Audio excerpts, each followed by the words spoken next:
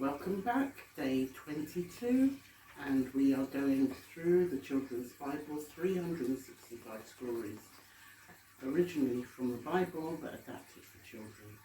And this story on day 22 can be found in Genesis 24, a wife for Isaac. Isaac grew up to manhood, and in time his mother Sarah died at a great age. Abraham too was very old, but he was comforted as he remembered that Isaac would inherit God's wonderful promise and become the ancestor of a great nation. One day he called his chief servant and said to him, "It is time to find a wife for my son. I do not want him to marry a Canaanite woman from around here. Please promise me that you will journey to the country of my own people, family, and find a bride for him there." "That is a long way off," the servant said. "Perhaps the girl would not be willing to come so far with me. Why not send Isaac back to Mesopotamia instead?" "Never," Abraham insisted. "God has brought me here and promised to give this land to my descendants. Isaac must live here. But if the girl you choose for his bride refuses to come back with you, then you will be free from your promise to me." So the servant set out with 10 camels on the long journey back to Mesopotamia. It was late one afternoon when he arrived at the well outside the city where Abraham's family lived. He ordered the camels to kneel down close to the well. Then he began to pray.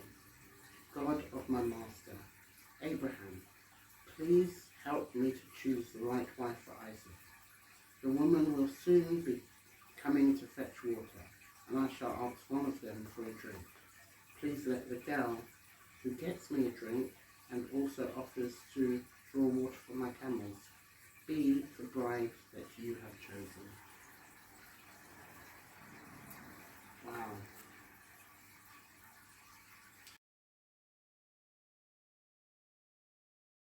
That's a really lovely story,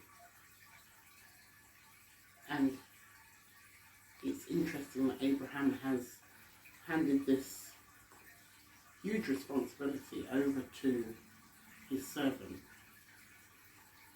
But as I say those words that come out of my mouth, it's a huge responsibility that he's passed on to his servant.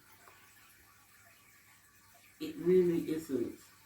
When you think about it in context of God being involved in choosing of the wife for Isaac, Abraham could have sent anybody. And the fact that God is involved in finding this wife, it really didn't matter who he sent, because God is involved. So I guess the lesson is that in some situation it really doesn't matter who the physical person is that's involved on earth. The person that really needs to be involved in all decisions, all aspects of your life, is God. Asking God to help you find the perfect, the right partner that complements you, that fits your personality, that will not just challenge you mentally and physically, but support you emotionally and spiritually too. It's great to know that you have God, and I'm about to say in the background, but for me he's not in the background. I put him in front. So there are situations where I have a homeschool group that I run with a friend of mine, and every time we are driving to that space, I pray and I ask God to go before me and to clear the space and to just ensure that everybody who's meant to be there gets there safely and gets home safely. And I know without a doubt that God is working to make sure the right people arrive in that space. I know, because we have had messages and information from a range of people who I've known previously having this group, who I know are not very nice people.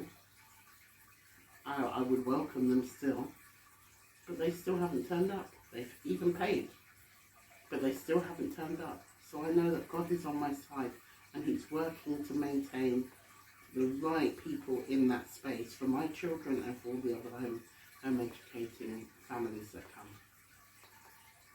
Put God in front of all decisions, all actions that you take, and you won't go wrong.